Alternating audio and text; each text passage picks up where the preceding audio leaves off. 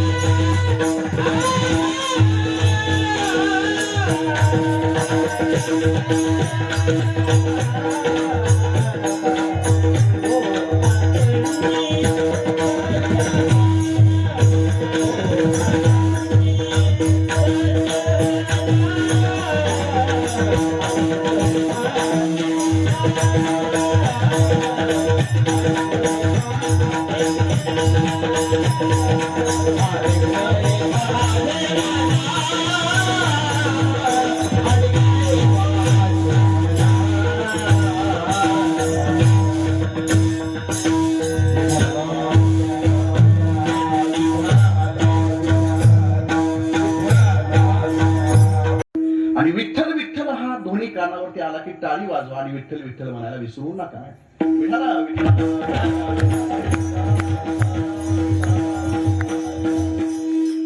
अजूनही काही लोक विठ्ठल विठ्ठल म्हणत नाहीत, टाळी वाजवत नाहीत. नसतील वाजवत बिचारी, देवावरती नाराज असतील की देवानं आम्हाला एवढे दिवस का म्हणून जिवंत ठेवलं बाबा. एवढी कोरोना सारखी भयंकर महामारी जगात येऊन गेली तरी पण आम्ही जिवंत आहे अशी म्हणण्याची माझ्यावरती काय वेळ येऊ देऊ नका. विठ्ठल विठ्ठल म्हणा, टाळी वाजवा. मायबाप, जी व्यक्ती दिवसातून 1000 वेळा टाळी वाजवून विठ्ठल विठ्ठल म्हणते, विज्ञान सांगतं जी व्यक्ती दिवसातून 1000 वेळा टाळी वाजवून विठ्ठल विठ्ठल म्हणते त्या व्यक्तीला त्या दिवशी अटॅक येत नाही. कारण विठ्ठल विठ्ठल म्हटल्यानं ठचा परिणाम हृदयाशी संलग्न असणाऱ्या 72,000 नाड्यांशी होतो. विठ्ठल म्हटलं की हृदयामध्ये दणका बसतो, ज्याला सायन्स मध्ये व्हायब्रेशन थेरपी असं म्हणतात. विठ्ठल विठ्ठल म्हटलं की रक्ताची गुठळी तयार होत नाही, परिणामी त्या दिवशी अटॅक येत नाही. तुम्ही मला एकदाच 1000 वेळा विठ्ठल विठ्ठल म्हणून काळजी मिटली, तसं नाही. सकाळी उठल्या जर टाळी वाजवून विठ्ठल विठ्ठल म्हटला तर त्या दिवशी अटॅक येणार नाही. रक्ताभिसरण क्रिया हातापासून सुरुवात होते, ती देखील सुरळीत चालू होते. बीपी शुगर हळूहळू माणसाचं कमी होतं. म्हणून तरी टाळी वाजवत चला आणि विठ्ठल विठ्ठल म्हणत चला. कारण हल्ली अटॅकचं वय फार कमी झालंय. पूर्वी माणसं म्हणायचे वा जाड माणसाला अटॅक येतो, देवांमध्ये 4 काटकुळे उचलले. लोक म्हणजे वा जाड आणि काटकुळ्याचा काही संबंध नाही, वयाच्या 50च्या 60च्या पुढे गेले की अटॅक येतो. परंतु हल्ली अगदी माझ्या मित्राचा 7 महिन्याचा मुलगा हृदयविकाराच्या तीव्र झटक्याने, 7 महिने म्हणतोय मी, 7 महिन्याचा मुलगा हृदयविकाराच्या झटक्याने जातो. तुम्ही इथपर्यंत आलोय. इथपर्यंत कुणाचं 40 आहे, कुणाचं 50 आहे, कुणाचं 55 आहे, कुणाचं 60 आहे, 70 पर्यंत गेलंय कुणी.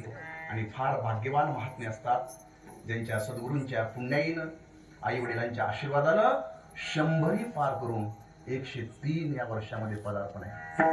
शेवटी पांडुरंगाच्या चरणी एवढीच प्रार्थना आपण सगळेजण करूयात, आमच्या बाबांना उदंड आयुष्य आणि आरोग्य लावावं. विठाला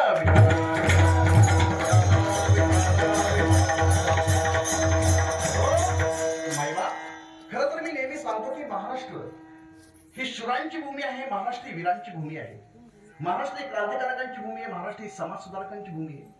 महाराष्ट्र ही चांगल्या विचार संपन्न लोकांची भूमी आहे. महाराष्ट्र कीर्तनकार, प्रवचनकार, निरूपणकार, पत्रकार, आचार्य, प्राचार्य, शेतकरी, कष्टकरी, कामगारांची महाराष्ट्र ही भूमी बरं आहे का नाही?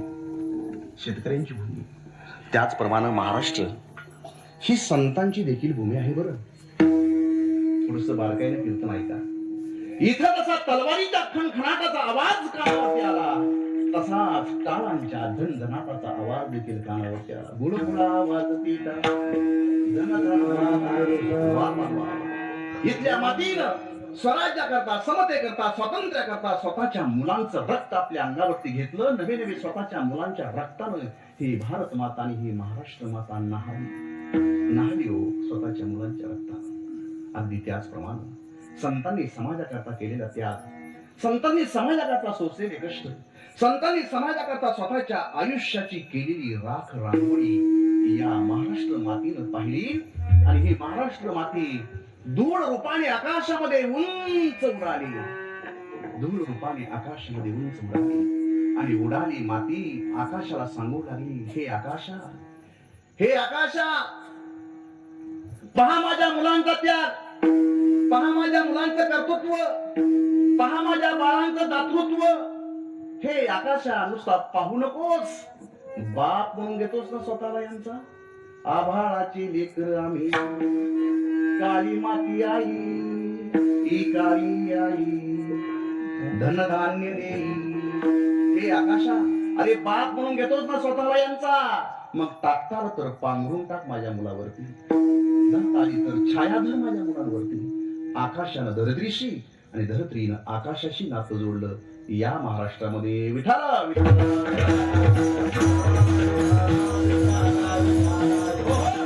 महाराष्ट्र, महाराष्ट्र, महाराष्ट्र अत्यंत पवित्र आणि पावन भूमी. ज्या महाराष्ट्रामध्ये तुम्ही आम्ही राहतो तो महाराष्ट्र नेमका कसा आहे? मराठी मनाचा मावळ मातीचा महाराष्ट्र, भक्तीच्या ऐकल्याचा शक्तीच्या पवित्राचा महाराष्ट्र, मातीस धुमसणाऱ्या तेजवे रक्तीला कुंकुम करंडकाचा धगधगता इतिहास सुरात घेऊन तेजणारा महाराष्ट्र, पोलादी छाताळ्याच्या जीवाला पेटवणारा महाराष्ट्र, गरजा महाराष्ट्र माझा म्हणून स्वाभिमानी मराठ्यांचा अभिमान ज्वलंत आणि जिवंत ठेवणाऱ्या जगदंबा पुरात घुमवणाऱ्या वादळाचा, माझ्या ज्ञानोबांचा, तुकोबांचा, सावतारांचा आणि एकोबांचा महाराष्ट्र. विठाला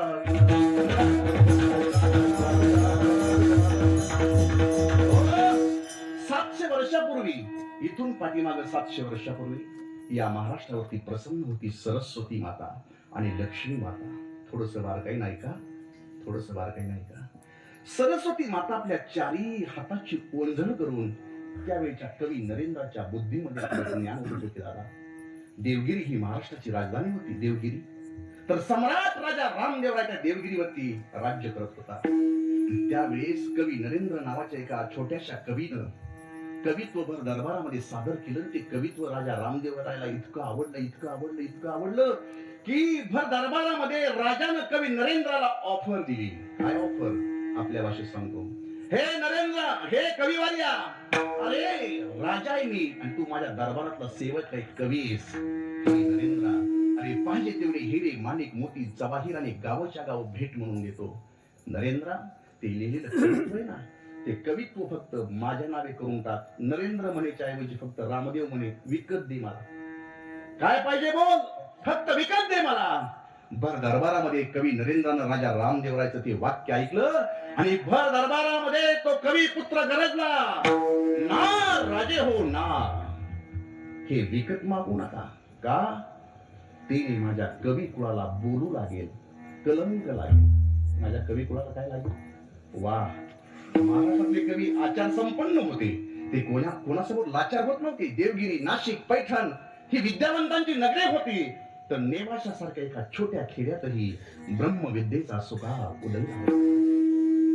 ज्ञानोबरायांसारखे संत कवी अभिनव वाद विलासाचे फासे पैजा लावून मोठ्या आत्मविश्वासाने फेकत होते. कॉन्फिडन्स किती बघा, माऊलींचा कॉन्फिडन्स.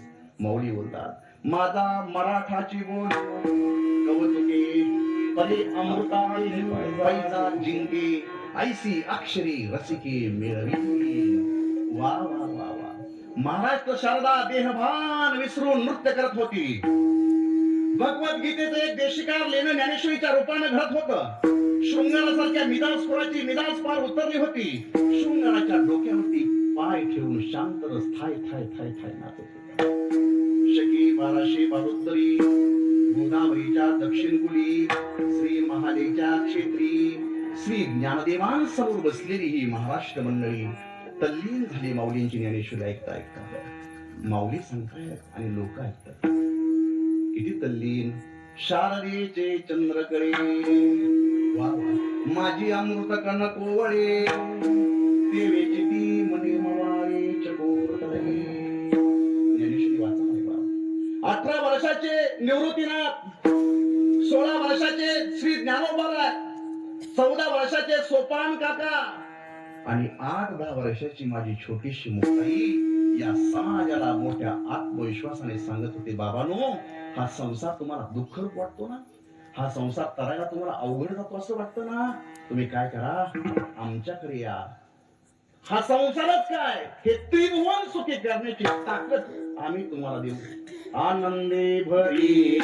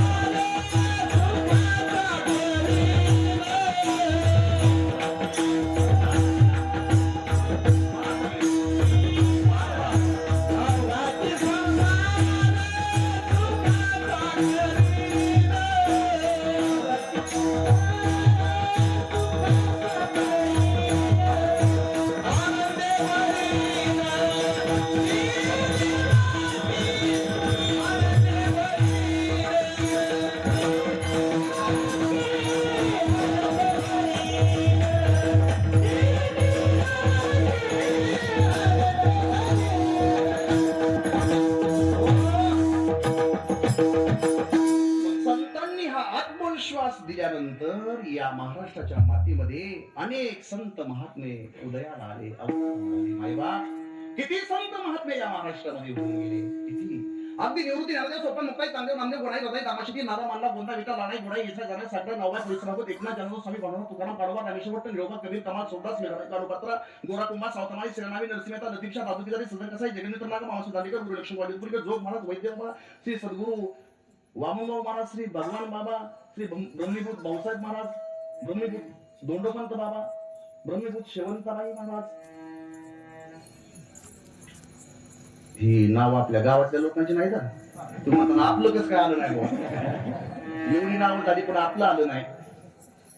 इतरांच्या सुखामध्ये ज्यांनी सुख मानलं आणि इतरांच्या दुःखामध्ये ज्यांच्या डोळ्यातून नकळतपणे अश्रू बाहेर आले, मुळते हे जग न देखवे ते संत माझे. मी तर असं म्हणतो की महाराष्ट्राच्या प्रत्येक बॉर्डरवरती, म्हणजे जिथून इतर राज्यातून जिथं महाराष्ट्रामध्ये प्रवेश होतो, महाराष्ट्राच्या प्रत्येक बॉर्डरवरती असं वाक्य, अशी कमांड टाकली पाहिजे की संत भूमी महाराष्ट्र में आपका स्वागत है.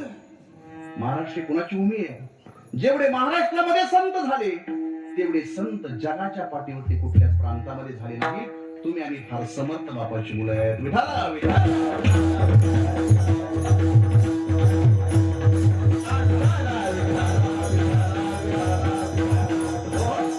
अशा थोर संत परंपरेतील श्री सद्गुरु तुकाराम महाराज आजच्या अभंगातून श्री महाराजांच्या जीवनातील आदर्श पुरुषाची व्याख्या सांगतात. विठाला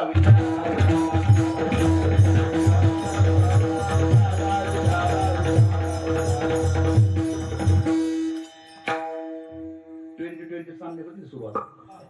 आपण जरा थोडा सावकाश जाऊ. काय सांगत होतो काय सांगितलं वाक्याशी? वा वा, आदर्श पुरुषाची व्याख्या सांगतायत. कोण सांगतायत? हा, वा, तुकोबा आहे. सांगा काय सांगतात. तुम्ही नाराज आहेत का माझ्यावर? तसं नाही काय, थोडं लक्षपूर्वक आहे का विचारलेल्या प्रश्नाचं उत्तर देतं. कोण सांगताय? तुकाराम महाराज. काय सांगतात? आदर्श पुरुषाची व्याख्या. त्यांच्या जीवनातलं मायबाप जीवन कोणतंही असू द्या, कोणत्याही परिस्थितीतील असू द्या, कोणत्याही कालातील असू द्या, स्त्रियांचं असू द्या, पुरुषांचं असू द्या, लहानांचं असू द्या, थोरांचं असू द्या, ग्रामपंचायत शिपायापासून ते युनोच्या अध्यक्षापर्यंत कोणाचंही असू द्या, जगातील 247 देशातील कोणत्याही व्यक्तीच असू द्या, जीवनामध्ये आदर्श फार महत्वाचा आहे. जीवनामध्ये आदर्श जर असेल ना तर त्या जीवनाला किंमत आहे.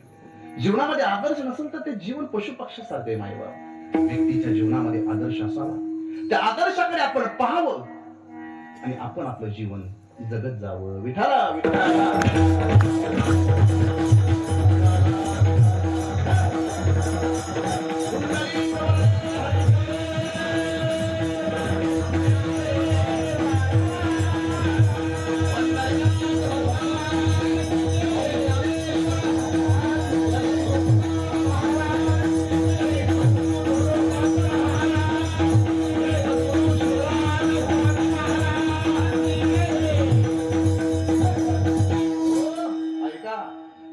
दोनच शब्द सांगतो. ते दोन शब्द असे, व्यक्तीच्या जीवनाला गती असावी आणि त्या गतीला योग्य दिशा असावी. तुमचं माझं जीवन तुम्ही आम्ही जगतोय. जीवन जगत असताना व्यक्तीच्या जीवनाला गती असावी आणि त्या गतीला योग्य दिशा असावी. ज्यावेळेस गती आणि दिशा यांचं समीकरण आयुष्यामध्ये जुळून येतं, मग त्याच्यातून जे काही उत्तर पदरामध्ये पडतं त्याचं नाव आहे सद्गती. गती प्लस दिशा इज इक्वल टू सद्गती. आणि ज्यावेळेस गती आणि दिशा यांचं समीकरण आयुष्यामध्ये कुठेच कधीच केव्हाच जुळून येत नाही, मग तुमच्या आमच्या पदरात जे पडतं त्याचं नाव आहे अधोगती. म्हणजे व्यक्तीच्या जीवनाला गती असावी आणि त्या गतीला योग्य दिशा असावी. पण मला वाटतं तुमची अधोगती होणार नाही का? सद्गुरु वाचून संसार तारणे. सद्गुरूंचा आशीर्वाद असल्यावर कशाला अधोगती होते? तुमची आमची प्रगतीच आहे त्यांच्या आशीर्वादानं. विठाला,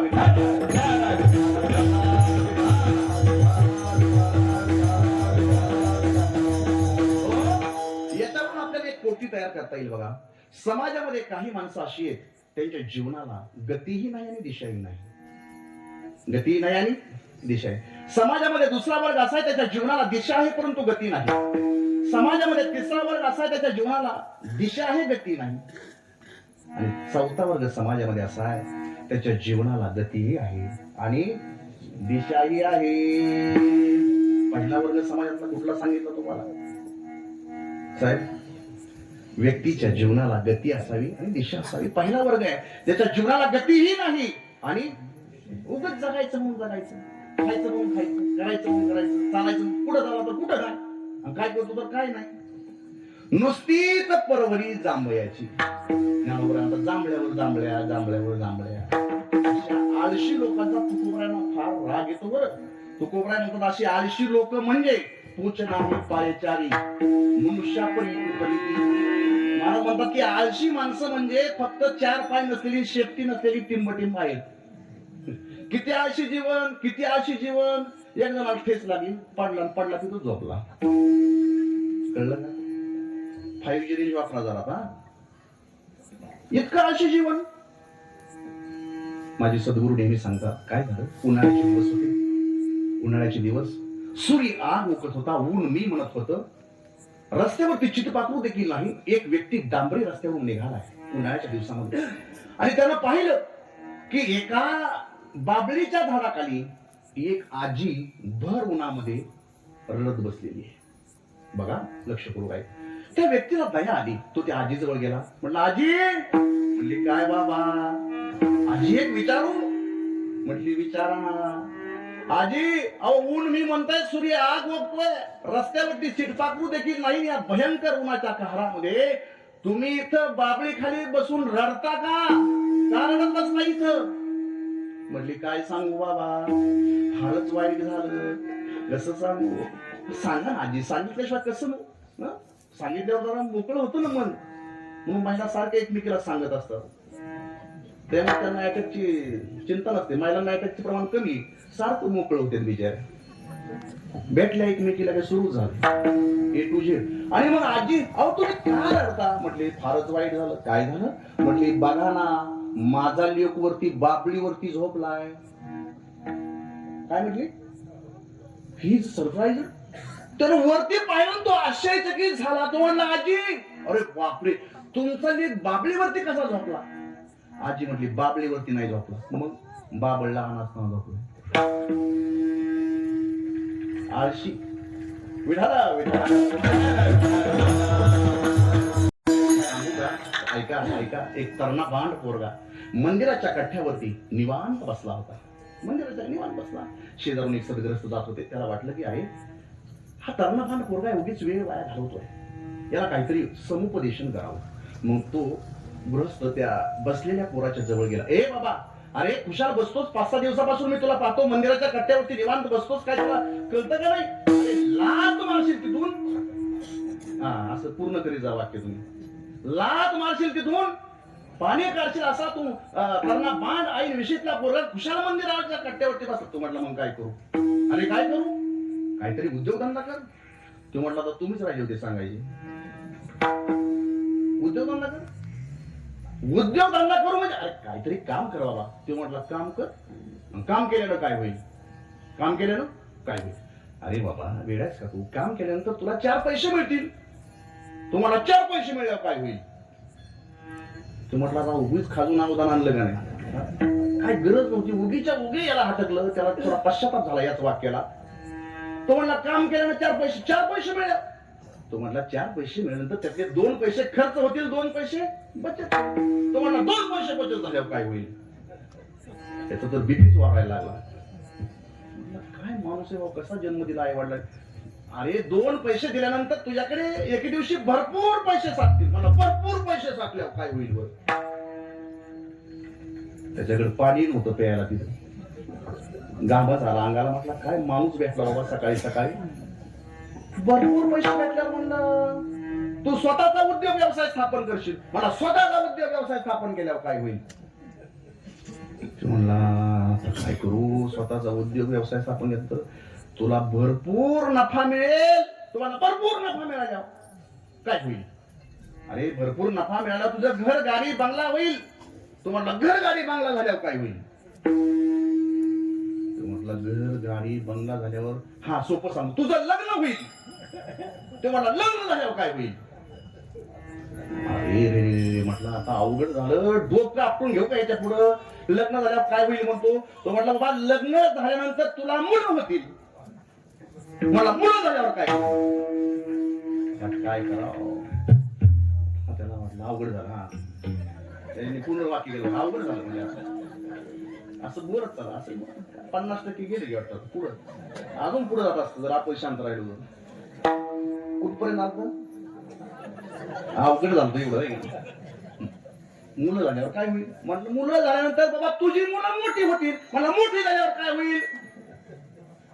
अरे काय सांगू तुला गदाड्या, तुझी मुलं मोठी झाल्यानंतर तुझा उद्योग व्यवसाय ते सांभाळतील. तुला काही करण्याची गरज नाही. तू अगदी निवांत राहायचं.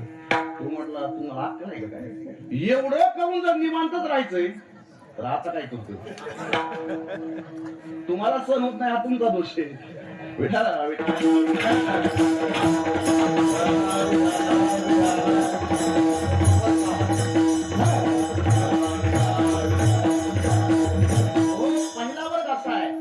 जीवनाला गतीही नाही आणि दिशाही नाही, उगीच जगतोय. दुसरा वर्ग समाजामध्ये असा त्याच्या जीवनाला दिशा आहे परंतु गती नाही. तो म्हणतो महाराज या वर्षी ना 10वी मध्ये 90% मार्क घेतो. 90 चांगली दिशा आहे बाबा. 10वीचा पेपर देतोय, 90% मार्क चांगली गोष्ट आहे. महाराज या वर्षी आमच्या गावात हे पीक कुणीच लावलं नाही. ते पठ्ठ्या लावणार, हे पीक घेणार, सक्सेस करून चांगली गोष्ट आहे, चांगली दिशा घेतली. महाराज ग्रॅज्युएशन झालंय, एमपीएससी यूपीएससी चे क्लास पुण्यात जाऊन लावतो आणि नक्कीच क्लासहून अधिकारी बनतो. चांगली गोष्ट आहे, चांगली दिशा आहे.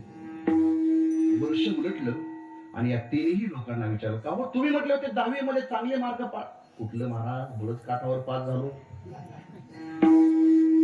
अहो तुम्ही तर म्हणले होते हे पीक घेणार. अहो कसलं पीक काय महाराज? शेतीचा काय भरोसा राहिलाय का? शेतीचं काय खरंय का? अमुक शेतीला नावं ठेवा. कधीच शेतीला नावं ठेवायचं नाही बाई बाप. लक्षात घ्या, ज्या आईनं तुमच्या आमच्या अनेक पिढ्या जगवल्या, तुम्हाला जगवते त्या आई कितीही नुकसान होऊ द्या, काही होऊ द्या, फक्त तिच्यावरती कधीच नाराज हो. एकच दिवस ती असं देईल, एक दिवस असं देईल की पिढ्यानं पिढ्या तुम्ही कमवू. काय काय लोकांना कारण नसताना शेतीला नावं ठेवायची सवय असते. असंच झालं तर परवडतच नाही. असं विठाला विठाला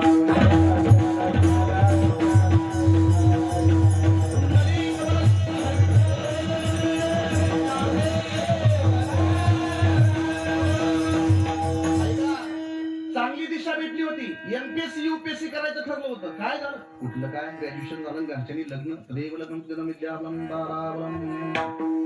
ग्रॅज्युएशन झालं की उडकून टाकलं. स्वस्ती श्री गणनाय. हे तुम्हाला जरा पुढे वाटतंय मी असं ऐकलं, पण मी काय म्हणणार नाही पूर्ण, तुम्हीच पूर्ण करा. घरच्यांनी ग्रॅज्युएशन झालं की लग्न लावून दिलं. महाराज नाही अधिकारी जाऊ द्या. याच्या जीवनाला दिशा भेटली होती काय करायचं, योग्य वेळेत कळालं होतं काय करायचं, पण गती न घेतल्यामुळे जीवन शून्य. विठाला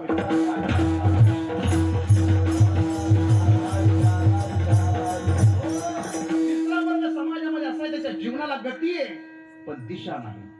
सारखा पळतोय थांबतच नाही. पाहुणे नाही, रावळे नाही, सण नाही, समारंभ नाही, उत्सव नाही, कीर्तन नाही, भजन नाही, प्रवचन नाही, सत्संग दर्शन नाही, काय हरेसी न भजसी कोणी कोणी मौलीनं थोडं वाईट वाटतं. अरे विसरलाच देवाला. हा तिसरा वर्ग सारखा प्रपंचासाठी पळतोय, पण दिशा नसल्यामुळे त्याचंही जीवन शून्य आहे. आणि चौथा वर्ग असा आहे, त्याच्या जीवनाला गतीही आहे आणि बोला आणि तुम्ही बोलल्यावर मला जरा बरं वाटतंय. बरं, गतीही आहे आणि दिशाही आहे. मग अशा जीवनाकडे आपण पाहायचं आणि आपण आपलं जीवन जगत जायचं. मायबाप, स्वामी विवेकानंदांचं जीवन घडलं, याच्या पाठीमागं रामकृष्ण परमहंस नावाची प्रेरणा आहे का नाही? बरोबर. सद्गुरूंचं जीवन घडलं, आपल्या इथपर्यंत आलं, त्यांचं जीवन घडलं, याच्या पाठीमागं दंडोपंत महाराजांचा आशीर्वाद आहे, आई साहेबांचा आशीर्वाद आहे. बरोबर. छत्रपती शिवाजी महाराजांचं जीवन घडलं, याच्या पाठीमागं राष्ट्रमाता राजमाता जिजाऊ मासाहेबांचा फार मोठा आशीर्वाद आहे. छत्रपती संभाजी महाराजांचं 32 वर्षाचं जीवन उभ्या जगाला प्रेरणा देत आहे. जोपर्यंत चंद्र सूर्य आणि तारे आहेत, तोपर्यंत छत्रपती संभाजी महाराज त्या इतिहासाच्या पानावरती अजरामर झाले. याच्या पाठीमागं श्री छत्रपती शिवाजी महाराज नावाचा फार मोठा आदर्श असावा हो. त्या आदर्शाकडे पाहावं आणि आपण आपलं जीवन जगावं, तरच ते जीवन तुमचं आमचं आयुष्य आहे. थोरांचं जीवन असतं. विठाला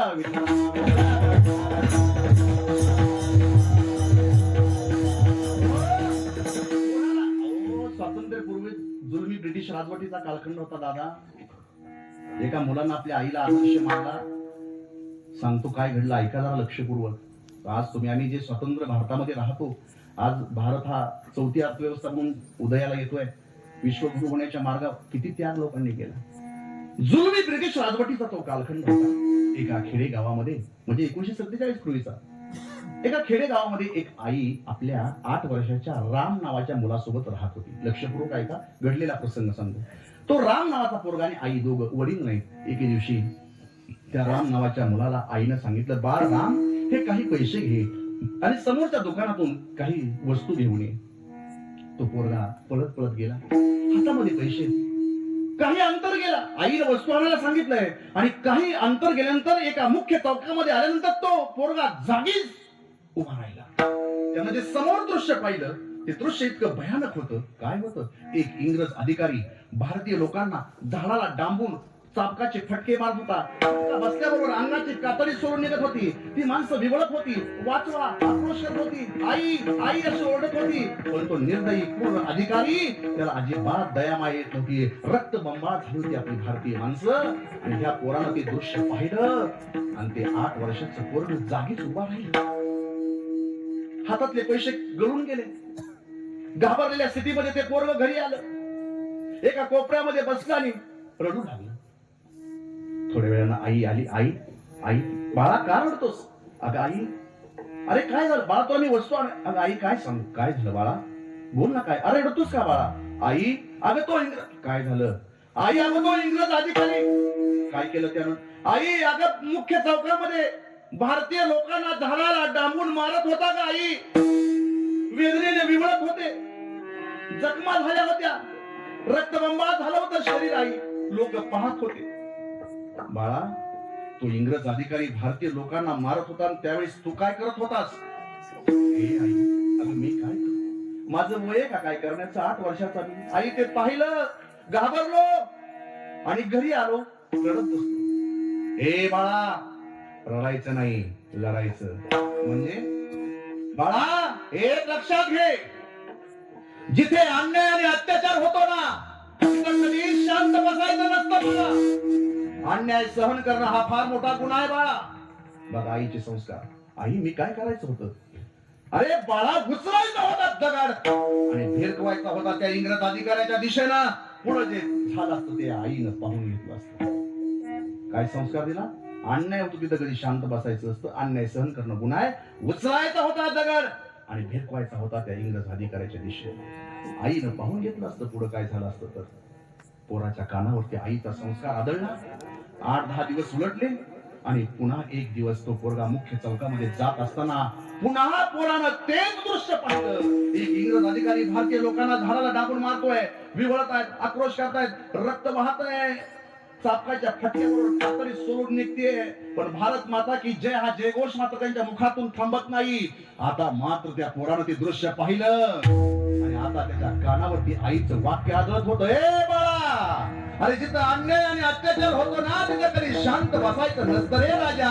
काय करायचं काय? अरे उचलायचा होता दगड आणि भिरकवायचा होता त्या इंग्रज अधिकाऱ्याच्या दिशेनं. आता मात्र त्या पोराचं रक्त सळसळ करू लागलं. त्याच्या दोन्ही हाताच्या मुठ्या शावल्या गेल्या, त्याचे डोळे लालबुंद झाले. त्यानं उचलला दगड, मारला दिशेनं, फटकन इंग्रज अधिकाऱ्याच्या डोक्यात बसला. लोक अवाक होऊन पाहू लागले. पोरग पळत गेलं, उचलला मोठा दगड, खाटला त्या इंग्रज अधिकाऱ्याच्या डोक्यात. पायाच्या टाचा घासत तो इंग्रज अधिकारी जागीच गतप्राण झाला. गतप्राण झाला. हा पोरगा नाबालिक आहे, त्याचं वय कमी आहे, म्हणून इंग्रज सरकारनं त्याला बाल सुधारगृहात नाही ठेवलं साहेब, तर या मुलाला फाशीची शिक्षा सुनावली. 8 वर्षाच्या मुलाला फाशीची शिक्षा भारताच्या इतिहासात पहिल्यांदा होणार होती. 1943 काळ हा चलेजा उठाव त्यावेळी चालू होता आणि त्या मुलाला फाशीचा दिवस उजळला. त्याला फाशी द्यायचा दिवस जवळ येऊ लागला. त्या मुलाला विचारलं, ए तुझी शेवटची इच्छा काय आहे? फाशी देण्याच्या अगोदर शेवटची इच्छा विचारली जाते. त्या 8 वर्षाच्या पोराला विचारलं, माय बाप तुझी शेवटची इच्छा काय आहे? त्या पोरानं सांगितलं, माझी शेवटची इच्छा एकच आहे, मला माझ्या आईला डोळे भरून पाहायचं. मला माझ्या आईला डोळे भरून पाहायचंय. शेवटची इच्छा पूर्ण करायला प्रशासन कामी लागलं. त्या राम नावाच्या पोराची आई 4 मिनिटाची भेट मंजूर झाली होती. 4 मिनिट, पुन्हा भेट नाही. राम नावाच्या पोराची आई रामला भेटण्याकरता जेलमध्ये आली, पण रडत, आक्रोश करत, चेहरा पाडून हे अजिबात नाही. जणू काय माझ्या पोरानं फार मोठं काम केलंय. अभिमानानं त्या मातेची ऊर छाती भरून आली होती आणि स्वाभिमानानं ती आई जेलमध्ये आली. समोर त्या 8 वर्षाच्या मुलाला पाहिलं. काय उद्या फासावरती जायचं. पोरानं शेवटचा विचार सांगितलं, आईला भेटायचं. त्याची आई त्याच्या जवळ आली. आई त्याच्याकडे पाहते, तो आईकडे पाहतो. आईला विचार, आई आलीस? तो बाळा कशा करता बोलवलं रे? तो बोलतो, आई अगं उद्या मला फासा. मला माहिती आहे बाळा तुला फासावरती देणार आहे, पण मला कशाला बोलवलं? बघा आईचं शब्द बघा, मला कशाला बोलवलं? काळजावरती दगड ठेवून ती माता बोलत होती. मला कशाला बोलवलं रे मग उद्या फासावरती? मला माहिती आहे. अगं आई शेवटचं एकदा तुला डोळे भरून पाहावं याच्याकरताच बोलवलं. खरं बोलतोस वा? हो आई, अगं तुझा शेवटचा एखादा संस्कार या कानावरती आदरावा म्हणून तुला बोलवलं. सांग ना, एखादा संस्कार दे. तुझ्या संस्कारावर इथपर्यंत आलो आणि या भारत मातेची सेवा या 8 वर्षाच्या पोराकडून घडली. आई दे ना शेवटचा संस्कार एखादा जाण्यापूर्वी. आई बोलते, राम तुला फासावरती देणार आहे, शेवटचा संस्कार ऐकायचा म्हणून बोलवलं ना, तर ऐक माझा शेवटचा संस्कार. हे राम, अरे उद्या तुला फासावरती देणार आहे, पण फासावरती जात असताना डोळ्यामध्ये अश्रूचा थेंब देखील आला नाही पाहिजे. हा घे माझा शेवटचा संस्कार. शेवटचा संस्कार दिला. काय दिला? रडायचं नाही. रडायचं नाही फासावरती. आईचा संस्कार आदळला. 3 मिनिट निघून गेले.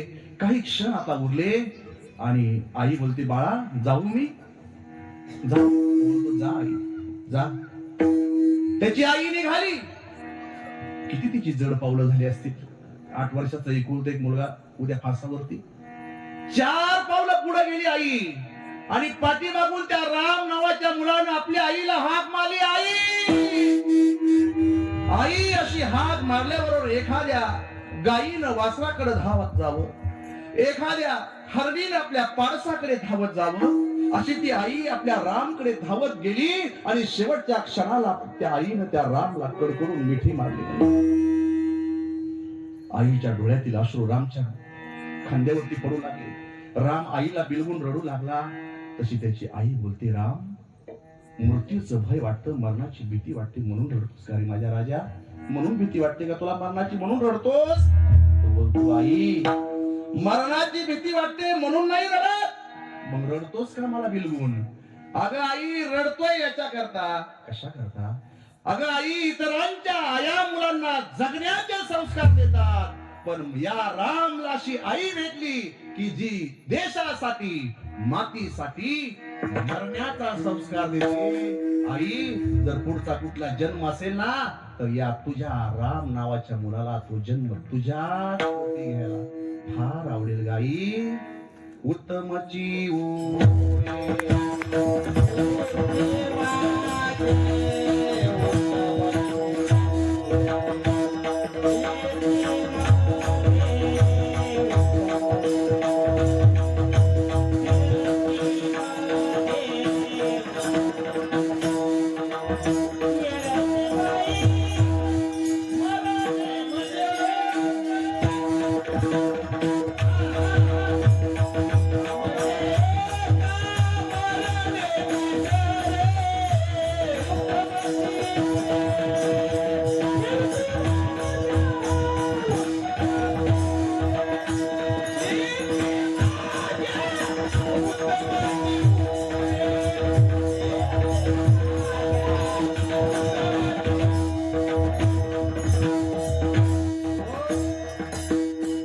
गेलेली माणसं, गेलेले क्रांतिकारक, गेलेले युगपुरुष, गेलेले समाजसुधारक, गेलेले महात्मे गेले मायबाप.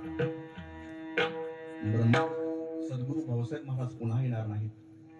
ब्रह्मभूत सद्गुरू धोंडोपंत दादा पुन्हा येणार नाहीत. आई शेवंताबाई पुन्हा येणार नाहीत. पण आपल्या विचारांचा, कर्तृत्वाचा, संस्काराचा वसा आणि वारसा पुढच्या पिढ्यांमध्ये संक्रमित करून ही माणसं दिगंतात निघून गेली मायबाप. अशा लोकांचा आदर्श आपल्या जीवनामध्ये असावा आणि आपण आपलं जीवन जगत जावं. सामान्य लोकांच्या अंतःकरणाला स्फुरलेली आदर्शाची संकल्पना सामान्य असते मायबाप, आणि महात्म्याच्या अंतःकरणाला स्फुरलेली आदर्शाची संकल्पना महानच असते. यात तडजोड करण्याचं अजिबात कारण नाही, नाही का? कोणाचा आदर्श कोण असू शकतो, कोणाचा आदर्श कोण असू शकतो. लवकर फोन उचला. त्यांना म्हटलं फोन कुठं आला, नाहीतर कट करा, नाहीतर सायलेंट करा. काय म्हणतो तुम्ही? ते असं होते आदर्श. कोणाला कोण आदर्श वाटेल, कोणाला आपले आई वडील आदर्श वाटतील, कोणाला आपले शाळेत होऊ द्या म्हणतो. गौतमी पाटीलकडे चलते वंश म्हणून आपल्याला आणि तर हे माझे माना,